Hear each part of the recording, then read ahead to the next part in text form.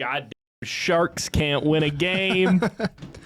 Oh my God. As you can tell by Alan's sweater, we're not biased.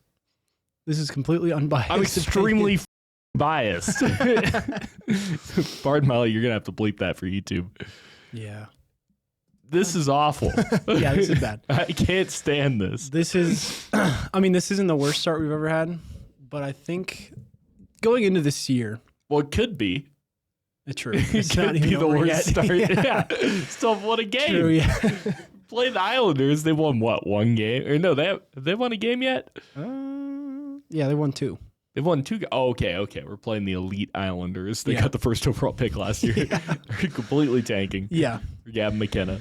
Yeah, I mean, I think, not that I could say I could have called this, but every time people ask me, how are the Sharks going to do this year? I'm always like, don't get your hopes up. I know there's a lot of hype around us. I think the most frustrating part is the first 2 games we lost. Yes. Because these last 3 games we've lost have kind of just been a culmination of like everything just falling apart. I think the loss to Vegas in the first game was just atrocious. Carolina, I don't expect to beat them. Utah, would have liked to have that one, but I mean, they're light years ahead of us in terms of a rebuild. Yeah. Their captain, Clayton Keller, is how many years in the NHL now? 5, 4? He's like 27. Is he really? Clayton Keller, I think, was drafted in 2016. I bet. You know what? That sounds... Let's see. Test my hockey 27. knowledge. Yeah, he's 27. Which I'm assuming that would make sense to me. Yeah, 2016. So, again, they're light years ahead of us. I don't expect to win that. Penguins, I would have liked to at least put up a goal against them. Yeah. They're looking okay against the Islanders right now. We're recording as they're playing right now. So if they win...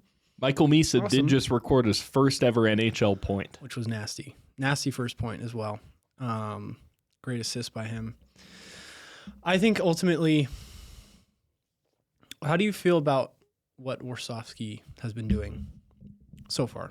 Just with like the line mix-up. Have you been paying attention to their lines?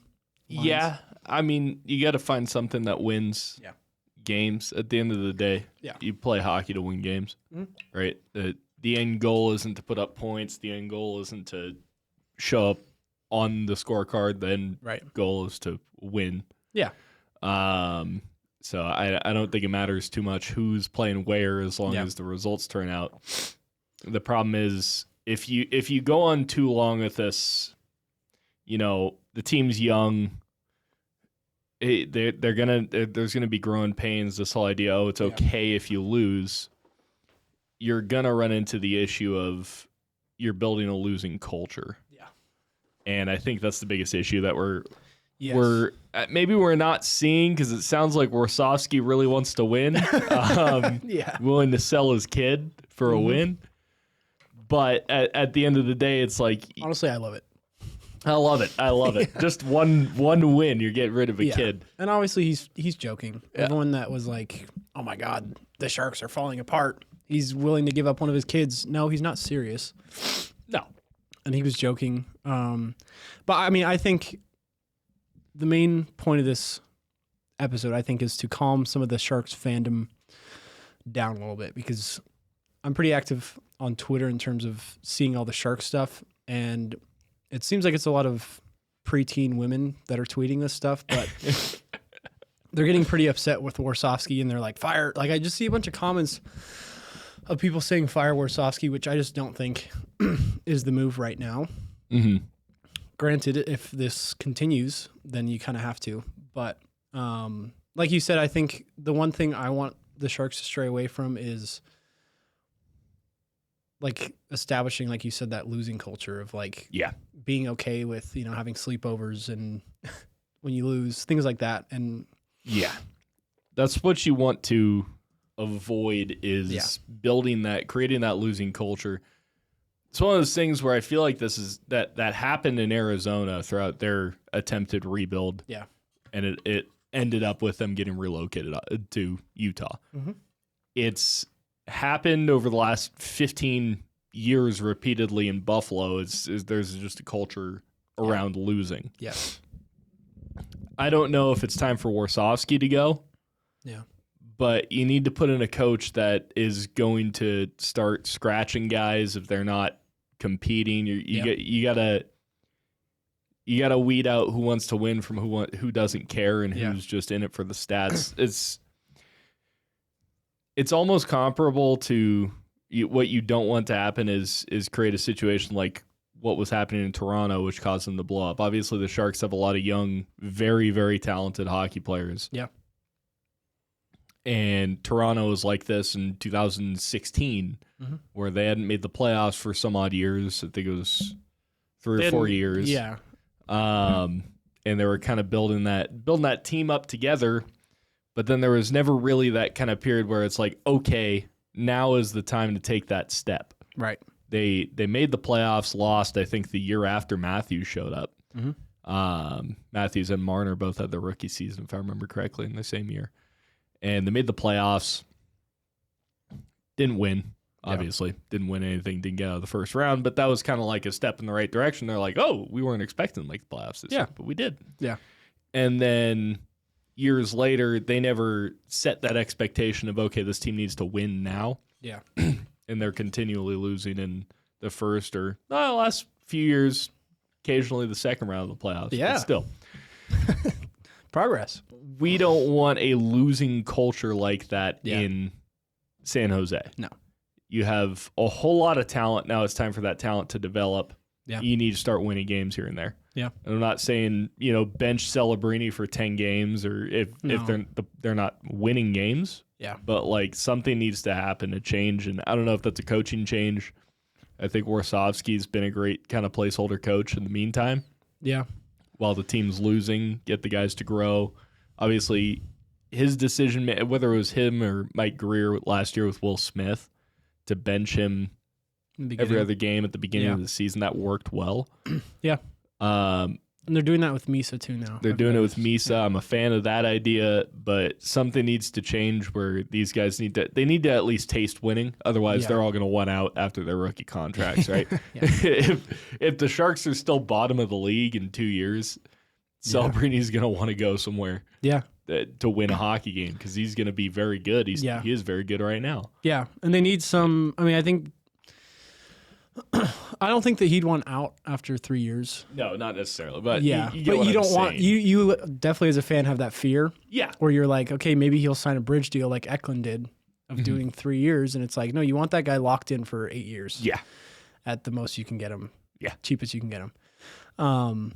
But yeah, I think Warsofsky's doing a good job of managing the rookies. I think my one complaint with him has been is that he's only doing that to the young guys. Yeah. He's only putting Dickinson scratch. He's only Misa getting scratched. It's only Graf getting scratched. It's not like sometimes I think our defensive core is really, really, really, really bad. Yes, it is. And I think there's points where I know Nick Leddy is a older player, but if he's not, and there's plenty of times where I'm like, why is this dude on the ice right now? I think Nick Leddy should be playing in China. Yeah. I don't think he should be in the National Hockey League. There's so many great players out of college who don't get signed. Yeah. Right? Or, who get signed, then they get buried in the minors. I feel like you see that a lot with college hockey players. Yeah. Why the hell, pardon my language, why the hell does Nick Leddy still have a job? Yeah. I don't get that. Yeah. Why does he have a job? No, I agree. And I think those are the kind of players that should be punished too. I think, you want to not punish, but just like reinforce with the young kids, like, hey, if you're going to make stupid mistakes, you're going to get sent down the line. Why? And I think like Will Smith, that happens a lot too. I watch him a lot and I'm like, he doesn't always make the right play. And there's sometimes some points where he turns the puck over. And maybe because I'm just paying attention to him a lot, but there's plenty of players on the Sharks that also deserve that same kind of punishment that I don't think are getting it because of their age and their status of being a veteran. Nick Leddy is not a fucking veteran. Yeah. He is, but he's not. Like Tyler Toffoli is a Stanley Cup champion. He knows what it takes. he is a veteran in the NHL. Funny enough, Nick Leddy currently is a +1 tonight. Okay, well, that's one game. He's playing well. No, it's just one of those things you need to. There needs to be some sort of repercussion for bad play. Yeah. When you're tanking, you're actively like, this team's awful. We're going to lose a bunch of games. We might as well be as bad as we can. Do whatever. Yeah. Last year, when the Sharks were, it's only young guys who are in their first year. I expect let them play. Yeah. Let them be bad. Right. Get their feet under them in the NHL. Give them a taste of NHL action. But at this point, I feel like there at some point needs to be a turnaround where we're like, okay, we're not losing 11 games in a row to start the season again. Yeah. We need to get a win here and there. Mm-hmm. I don't think anybody's expecting the Sharks to be a playoff contender or a wild card contender, or even anywhere near playoffs contention. Yeah. But like a win here and there. You got to win a game, right? Yeah, yeah. You can't go the last 2 years the Sharks have started out losing at least 5 in a row. Yeah. Which is not a stat that you want. No. It's just not. You don't want to start out the season on an awful foot. Like at least say they squeaked out those first 2 games, right? Squeaked out wins those first 2 games.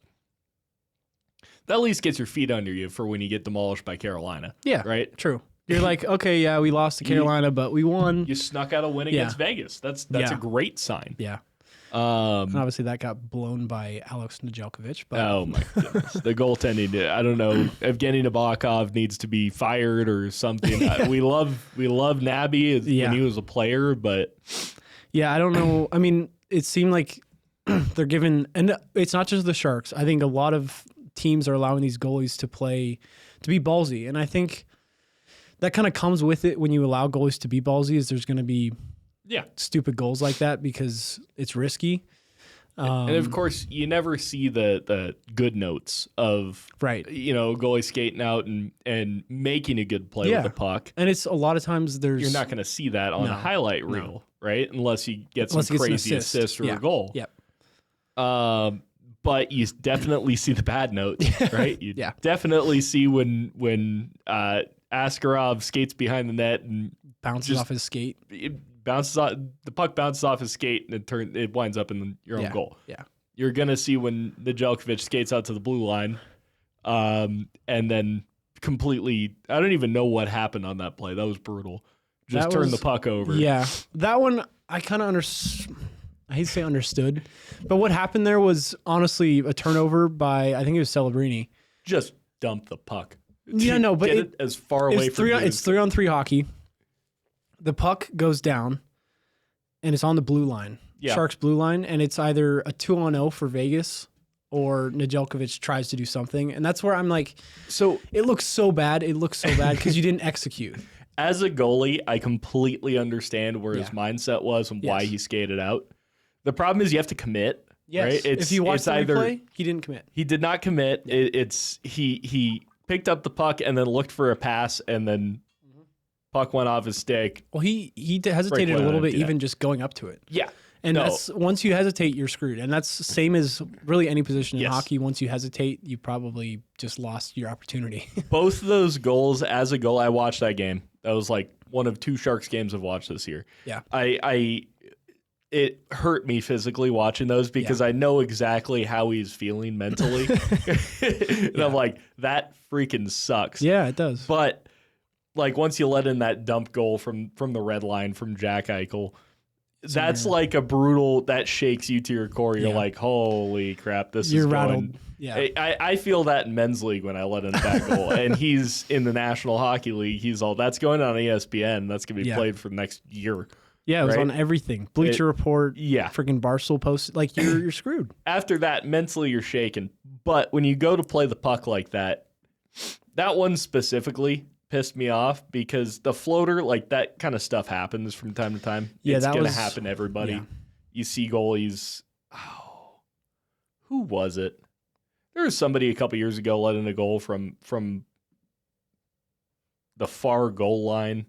It was just like a clear, I forget what happened, but yeah. And then you go back forever ago, Vesa Toskala got that bouncer that went in and basically ruined his career. Yeah. That stuff happens. the skating all the way out to your own blue line to break up a 2-on-0 and then not committing to doing something, just ice the puck. Yeah. Do something to make sure that doesn't end up in your own goal. It's super simple, right? Yeah. Obviously, you want to look for a pass and get the play going the other way. It's a 2-on-0 going your way, which means it'd be a 3-on-1 going back. Yep. Right? But if you need to, just fucking ice the puck or shoot it out of play or something. I'd much rather a 4-on-3 than a for sure goal like what happened. It was just brutal. No, it was. I mean, I think ultimately it really does suck for the Sharks. But like I said, I mean, I think the biggest thing going into this year is the fact that both of our big rookies or younger players are going into their sophomore season. Yeah. And I think the sophomore slump is a very real thing. But I think it's not as it's hard to explain because I think everyone thought Bedard had a sophomore slump last year, which I don't think he really did. You could say he did because he struggled, but it's like he still scored 65 or 62 points. I just don't think that he took the step that everybody was kind of expecting him to take. Right. And I think that is the epitome of the what's it called? That's the epitome of the sophomore slump. Mm-hmm. It's just you not taking that step, but I think taking that step in the NHL is so much harder than people make it out to be. Because especially for a player like Celebrini, you step in, you didn't have super high ceiling expectations. We knew because we know puck, but yeah, he's point per game right now. He is, yeah, and he's doing great. But when people when a player doesn't take that next step, everyone freaks out and they're like, "Oh, he's a bust." And I don't think Bedard's a bust. I think Bedard and Celebrini will have a great rivalry through their career because they're going to be both highly big names in the NHL. Yeah. But I think, Bedard he's looking like he's having more fun this year, which is good for him. Celebrini does not look like he's having fun this year as much. But again, I think it's still very early, and I don't want to say that this year's a wash completely for the Sharks. I think there's a lot of learning they can do in terms of just getting some wins and getting confidence and understanding how the league works, especially for these guys, because it's a tough league. And I think anyone like Bedard played at 18. Yeah. Celebrini played at 18. And now they're 19, Bedard's 20 or whatever. But imagine being 20 years old and you're playing in the NHL. Like, that is just an accomplishment of its own. And it's really hard for someone to step up and make that jump. I find it funny for Bedard because the year prior, so last season when he had his down year, right, his sophomore slump, put up the same amount of points in the same amount of games that he did his rookie year. Yeah. He's still only a year off of playing 18-year-olds. Right. And now he's playing the best of the best at his sport. Yep. I think people need to slow their roll a little bit. And obviously we were just talking about how the boys need to take a step. Yeah. But I think people need to slow the roll on calling somebody a bust. Yeah. When it comes to that transition, especially you're Connor Bedard, you're playing on a bad team. Yeah. There's no expectations. Same with Celebrini. Yeah. You go out there, you do whatever the hell you want, right? Yeah. You still don't have a team built around you. Yes, the play is going to be driven through you. Yeah. But you need to slow down on calling somebody an outright bust. Yeah. Just because he's a year removed from. Yeah. There are 16-year-olds playing in the WHL. Yeah, Landon DuPont, is he 16 yet, or is he there must have been a 15-year-old playing last year. I think Landon DuPont is because was he the exceptional status guy? Yeah. So it's like he is a year removed from playing in a league where this past season there was a 15-year-old playing. Yeah. Now he's playing grown men. Yeah, he has to go up against Victor Hedman twice a year. He's 6'7", 230 pounds. He's in the same trying to score on Andre Vasilevsky. He's in the same division as Nathan McKinnon, who's 29 now. Yeah, 29 physical specimen. Yeah, right. It's 6'3". Yeah, we need to calm down on calling players busts. Yes, 100%. I don't think anybody on the Sharks is a bust at this point in their career. No, there's no way you can even tell. They're not. it's really hard to tell if someone's a bust, frankly, until they're, 27? Yeah. Because, I mean, look at Tage Thompson. Tage Thompson was not someone who performed in his younger years. Broke out at like 25. Yeah. Or something like that. And he's doing, Sabres aren't great, but he's the only player on the Sabres. He can, didn't he score 50 goals 2 years ago? 2 years ago, I think. And even last year, he had like 40-something. He had, I think, he was in the 30s, and it was like a down year for Tage Thompson. Which 30 goals in the NHL is amazing. People are like, oh, Tage Thompson was one-hit wonder, and he's back to being great. Yeah, you score 30 goals in the NHL. It doesn't matter. No. Like, you're a fantastic hockey player. I think people need to chill out. They do. And I need to chill out. It's 5 games into the season. The Sharks could make the playoffs. You don't know. They could. And that's what I keep trying to I'm not banking on the fact that they could win the Stanley Cup, make the playoffs. Let me tell you, the Sharks are cup contenders. You never know. Right? I mean, it's a long season, and I think the biggest thing is they just need to figure it out. Yeah. And if they can, I think they can have an improved year compared to last year. Oh, absolutely. I think they will. They will, yes. I think it's a little bit of that early, we're still the San Jose Sharks we're still the same. It's not a lot of the same guys, but there's still that aspect of, our team is led by a 19-year-old. Yeah. And, it's not an easy feat. And Celebrini came in at the beginning. Yeah. All of our best players are under the age of 23. Yeah, like last year with Connor Bedard. I think realistically we got one more year of struggle, and then it's going to start to turn around. And I agree. I could see the playoffs maybe next year. Optimistically, I could see the playoffs next year. Very optimistically. They would have to take a step this year, though. Correct. They have to turn some shit around this year. They do, yeah. They can't be at the bottom of the league this year and then make playoffs next year. If that happens, no. They'd have to take a jump in the standings. But I could see it realistically. Like, if they do take that step, I could see it. It could happen. It could happen. I'm not saying it will, but it could happen.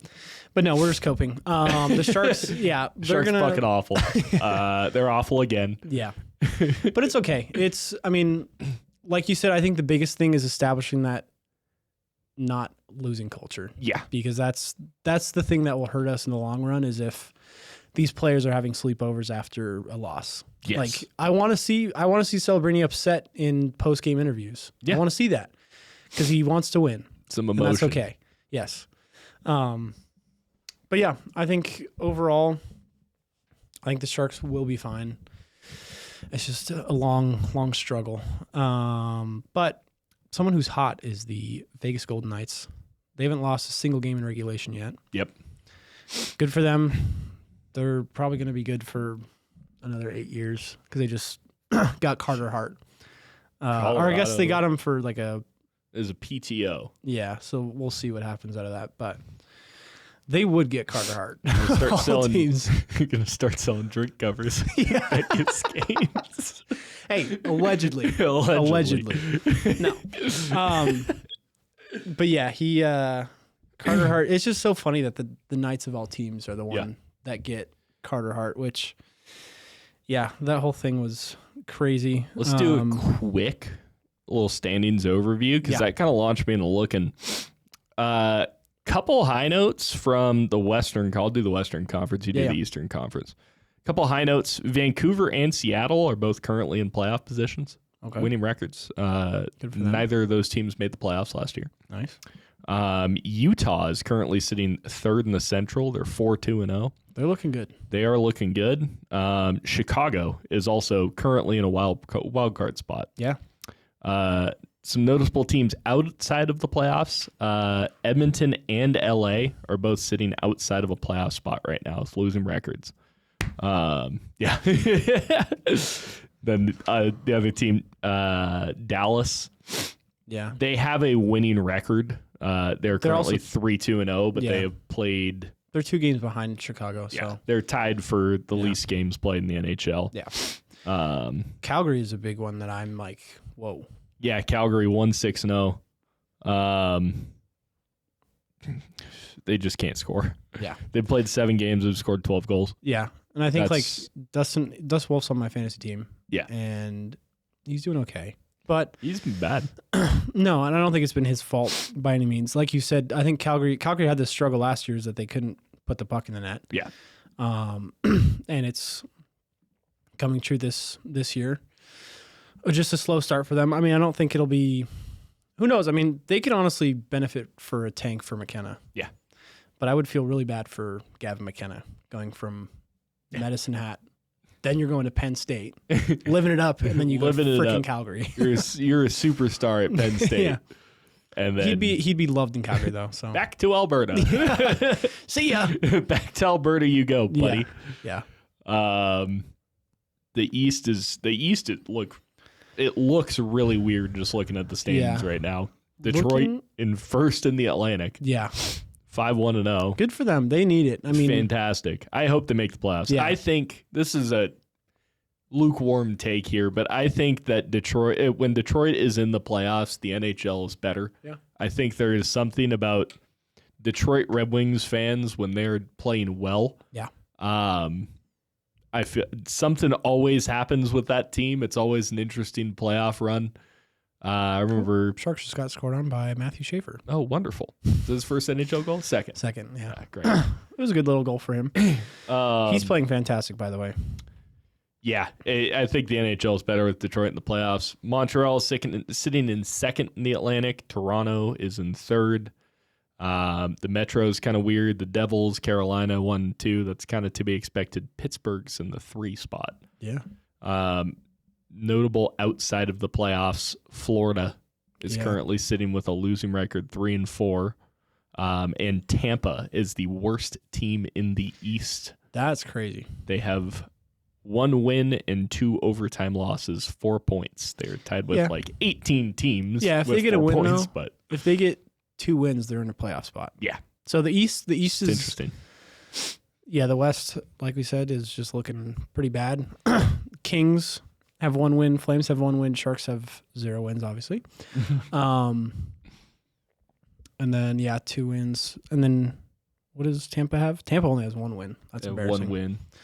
Couple overtime losses. Yeah, I mean, again, small sample size, so we'll see how this shakes out. Montreal looks really good, and I'm happy for them. I think Montreal's another team. I'm not. Yeah, but their fans are annoying. I'll tell you that. But the team, I love Cole Caulfield. I love that he's on fire. Lane Hudson scores again. Shut up. Yeah. Demidov looks pretty good. I saw some clip of Demidov and Lane Hudson skating around the zone. Dude, and that pissed me off. They have puck possession the entire time. It's probably like a 45-second clip. Neither of them took a shot on goal. They're just skating around the zone, passing to each other. Head fake. And the comments, I forget what the caption was, but it was something along the lines of Lane Hudson and Ivan Demidov playing around the offensive zone. I'm like, they didn't even get a shot on goal. Yeah. The clip ended with a blocked shot in front of the net, the puck getting cleared. I'm like, why is this a highlight? If it was finished with a goal from Demidov, that would have been sick. Top 10 play of the year already. But obviously it didn't. Like, why is this I saw someone, they were like, they make 4-on-4 hockey look like it's 5-on-3. I'm like, no, it looks like 2-on-4 hockey. Yeah. That's just them skating around the zone. Good. Yeah. They're great. They're both great. Yeah. Ivan Demidov looks fantastic. He does. That is my one not knock on Montreal Canadiens hockey. He looks great. He does. The thing is just I hate seeing those clips where it's like there's no real highlight. Yeah, it's just slow night in the NHL and they have to post something on the internet. It's just like, shut up. Slow news week NHL, huh? Yeah. But yeah, I think we'll see. I mean, we'll check in more once we have a little bit more games played. But yeah, so far, great start to the season for everyone else but the Sharks, Flames, and Lightning. Yeah. I mean, I think it's so hard with some, like even Edmonton. I mean, Evan Bouchard having 0 points is just pure cinema because I could have called that. Yeah. Getting paid $9.5 million, by the way. 0 points through 5 games. I saw some posts. He's also a -3. Oh, good. I saw some posts that was like missing reward. I saw that. Edmonton Oilers willing to pay. Evan Bouchard has gone missing. Yeah. If found, you will get $9.5 million. Anyways, but I got a couple questions. Yeah, let's move on games to for you. the games. We're going to have a short episode today. We have a game here soon, so we're getting ready. We're locked in. Yeah. We are a lot like the San Jose Sharks this year in Beer League. We have not won a game yet, but tonight's the night. I'm also missing the game next week, so we got to win this week. Oh, jeez. Yeah. Anyways, hit me with the game. All right. I'm going to start out with a little would you rather question. Okay. This is not like the would you rather questions I've asked you in the past. A little bit more the one basic. that Sharky commented on? Yeah. That was was sick. pretty sweet. Shout out San Jose Sharky. It's my favorite mascot right there. Hardest working fish. Would you rather take a massive open ice hit from prime Scott Stevens, or would you rather have to block a Shea Weber slap shot with no padding? Dude. Now, this is a prime Scott Stevens. This is Scott Stevens concussing Paul Correa and ruining his career. Yeah. This is also a prime Shea Weber. Shea Weber shooting the puck through the boards in No practices. No pads. Dude. This is tough. Is there Say any where it money? had to hit you, so it doesn't have to be like in the shin. I think that would break your shin. I think anywhere on my body would break anything. I think if you got hit in the butt, might pad it a little bit.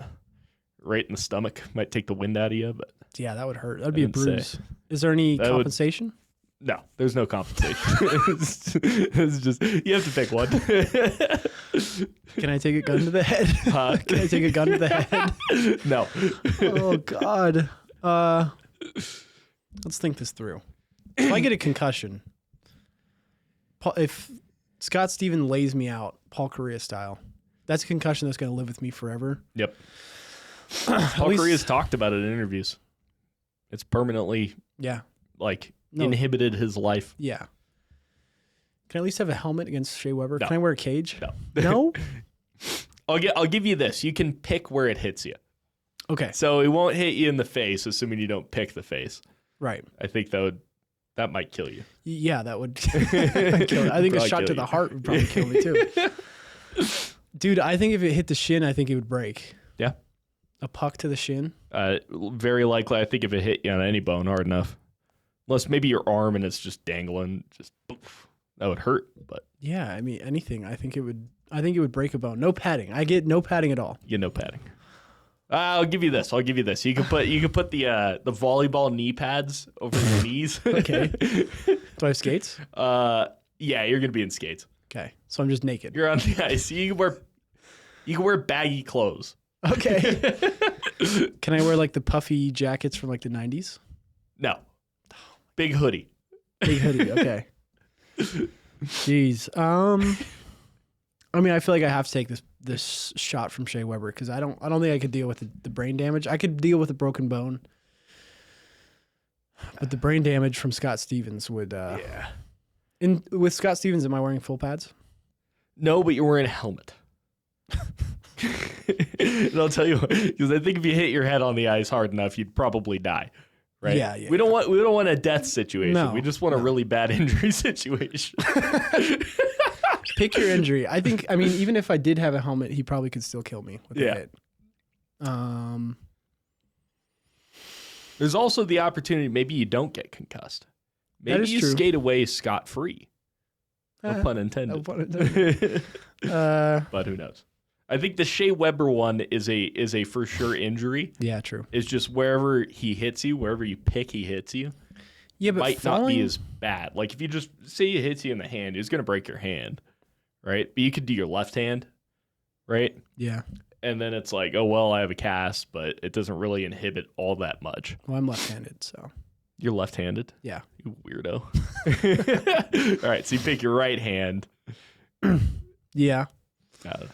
No, that's a good point. That's a good point. Yeah, I feel like a shot to the shins, I would no go. Yeah. Just because it's so painful, the shins. I don't know. I mean, the hand would hurt like hell. There's no good spot, No. realistically. You did not set me up well for this. That was the point. Honestly, I mean, I feel like you could get hit right in the stomach, even with like pads on, if it doesn't cover. It still hurt. Still would hurt, yeah. But I don't think it would break anything. No. If it hit you right in the belly button. Right in the belly button. I'll give you this too. You could drink a bunch of beer like for the 2 weeks leading up to this, so you could pad yourself up. Oh, okay. All right, yeah, give me that. Right in the beer gut. Give you a Shea Weber slap shot to the beer gut. Yeah, give me that. Give me that. All right, this is a little bit more serious of a question. Although it might kill my liver. So No, already damaged. It's hidden. Oh yeah. It'll be hidden by the beer. Be hidden by the beer gut. All right, this is a little bit more serious of a question. I'm going to give you two players' careers. Okay. And you're going to have to pick which one you would rather have. Now, little caveat to this question: these two players do play different positions. Okay. So this might kind of affect your decision making, but there's one real focal point here. The first player's career, he played 1,022 games, had 268 goals, 351 assists for 619 points. Okay. He had one All-Star game appearance. He's a 4-time Stanley Cup champion, and he was elected to his team's Hall of Fame. We'll go team or city. Right. Or you have player 2. Played 1,612 games played. He had 410 goals, 1,169 assists for 1,579 points. Right, so a few more points. He won the Calder Trophy. He won 5 Norris Trophies. 1 King Clancy, 1 Lester Patrick, and he won 1 Stanley Cup and elected to the NHL Hall of Fame. Now, for his Stanley Cup, he was well out of his prime, and he was not a contributor on that team. He was probably a second or third pairing defenseman. He wasn't a big contributor. Did he hold the Stanley Cup first? I can't tell you that.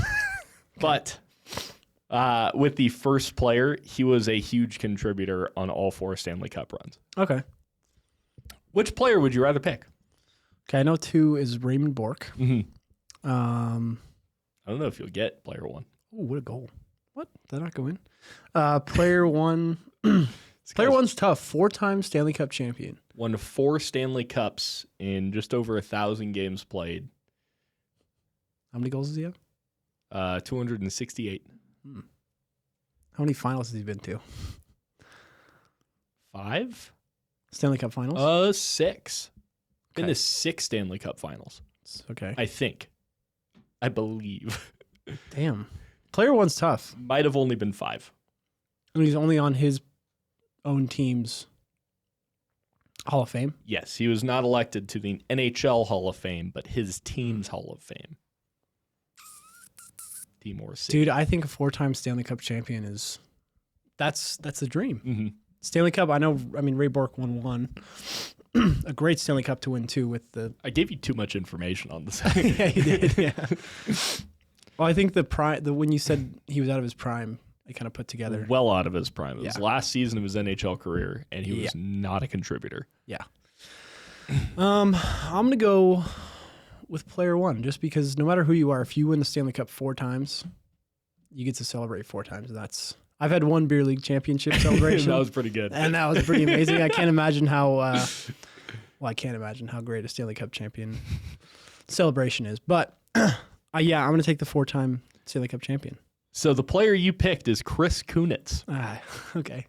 Is that at all who you were thinking of? No, not at all. So he won his first Stanley Cup in 2007 with the Anaheim Ducks, and then won 3 Stanley Cups with the Pittsburgh Penguins, was elected to the Pittsburgh Penguins Hall of Fame. And he was a big contributor in every single one of those cup runs.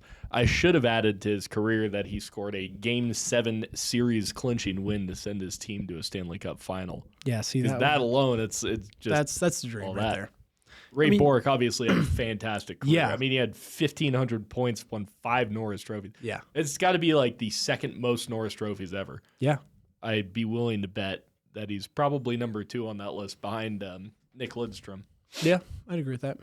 Yeah, okay. But I think 1 Stanley Cup took him his entire career, and he wasn't even, I think he had 10 points in the 20-something. Yeah. Was not a big contributor, especially to Raymond Bourque's caliber. Yeah. What you'd expect out of him. I mean, Chris Kunitz, yeah. I mean, Again, 4-time Stanley Cup champion, though. And I'm not too concerned about Hall of Fame accolades. I'm a team guy. I'm not a individual player. But, I mean, either career would be amazing to be. I just think winning 4 Stanley Cups would be, especially if you're a big contributor on that, like, do that. That's easy. Let's look real quick before we wrap this up. Yeah, in the playoffs, he had 93 points. He played 178 playoff games. Went to 5 Stanley Cup finals, won 4 of them. Okay. Still. That's fantastic. Yeah, He's 80% makes it to the Cup finals. He's going to win. Yeah, I'm not going to complain about that. And he was only a couple years off from winning it with Tampa. He should have stuck around a little bit. He played with Tampa in 17-18. Okay. I did not know that. That's funny. Anyways. All right. Well, that's our episode this week. Again, pretty tough with the Sharks being our favorite team, but also pretty early on in the season. We got some good slates. I've been okay with how they've been scheduling. The weirdest part was the second night of the game, the NHL. What? Because it started on Tuesday. Then they played Wednesday. Then Thursday, they did like what's it called? They did that. Every team played. Yeah. And then Friday there was no games. I find that I was like, what are we doing here? Like nothing was on either. There was no baseball, or maybe there was baseball on. There's no football. Like you have a perfect chance to get people to watch. So yeah, I don't know. Gary Bettman always surprises me. But I think the NHL needs to take better advantage of that. Yeah. Schedule light Sundays for the next 4 months. Yeah. Right? And then 5 pack it months. heavy. And then pack it heavy on a Sunday because there's nothing going on. Yeah. Nobody really I feel like nobody watches baseball early in the season. No. So it doesn't fucking matter. And even then, baseball doesn't start until May. So that's playoff time. So, yeah. Competing with basketball. No. Realistically for most of the season. Yeah. And even then, basketball's tanking hard. Yeah. And basketball doesn't have TNT anymore. So they're now NBC. Oh. Yeah. That was crazy. Dumb. I know. But honestly, good for hockey. We got TNT now, but I just wish they would do more than just Wednesdays on TNT. Yeah. But yeah, we'll hopefully we can make a difference, make a change. Hopefully Gary Bettman listens to us because you know what, Gary, we have great ideas. we had some great ideas last week too. We did. You know what, Gary, you need to start listening, pal. Yeah, I know. Listen up, buddy. All right, everybody. Thank you for listening. We will see you guys next week. Leave a comment if you guys want us to bring up anything, any teams you want us to give a little audit to. Maybe a certain person on our beer league team that wants us. He's got to watch the podcast though. I think we both know who we're talking about. We just got to tell him that we talked a whole lot about the Predators this week. And wait for him to listen to the whole thing. All right, peace. Yeah. All right, Preds suck. See you guys next week.